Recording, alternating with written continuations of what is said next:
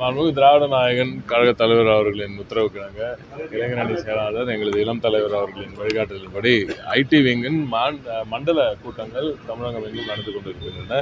அதன் ஒரு பகுதியாக இங்கே இன்று மதுரையில் நடத்துகிறோம்.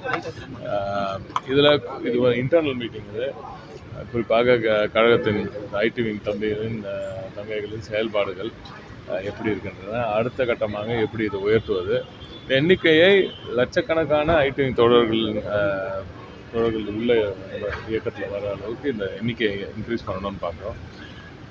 மற்றபடி அதெல்லாம் இதெல்லாம் இன்டர்னல் மேட்டர் பேசிட்டு நான் வந்து கொடுக்குறேன்னு சொல்லியிருந்தேன். ஐடிவியில் வந்து அவதூறு பரப்புற விஷயமும் நடக்குது, எல்லாமே பண்றாங்க. நம்ம யார் எதிரணியை சொல்றீங்களா? நீங்க சொல்ற நீங்க எதிரணியை சொல்றது வேணா நான் ஒத்துக்கிறேன். எங்களுக்கு வந்து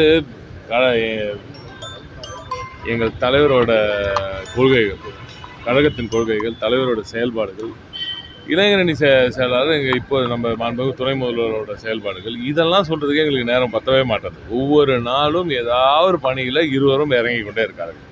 அதை தாண்டி இப்போ புதுசாக வர இயக்கத்தில் வர இளைஞர்களுக்கு கழகத்தின் கொள்கைகளை கொண்டு போய் சேர்க்க வேண்டிய பணி நிறையா இருக்குது.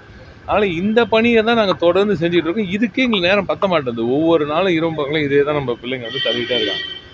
இதில் யாரோ பண்ணுற விஷயத்துக்கெல்லாம் கொண்டு வந்து நீங்கள் எதுக்கு எடுத்தாலும் நம்ம ஐடிங்க வந்து நீங்கள் பேசுறது அது கொஞ்சம் சரியா இல்லை. அது எல்லாரும் திருத்திக்கணும். அது கொஞ்சம் திருத்திக்கணும். அதை தாண்டி நிச்சயமாக 100% சொல்கிறேன், எதிரணியினர் குச்சி எடுத்தால் குச்சி வரும், தாத்தா சொன்ன மாதிரி. அவ்வளோ, அதோடு நிறுத்திக்கிறேன். தொழில்நுட்ப பூங்கா வந்து தேர்தல் அறிக்கையில் சொல்லியிருந்தாங்க. அது அண்ணன் கிட்ட கேட்கணும். டைட்டில் பார்க் பண்ணி ரொம்ப சிறப்பாக ரெடி ஆகிட்டு இருக்கு. டெண்டர் ப்ராசஸ் தான் முடிஞ்சிட்டு இருக்கு.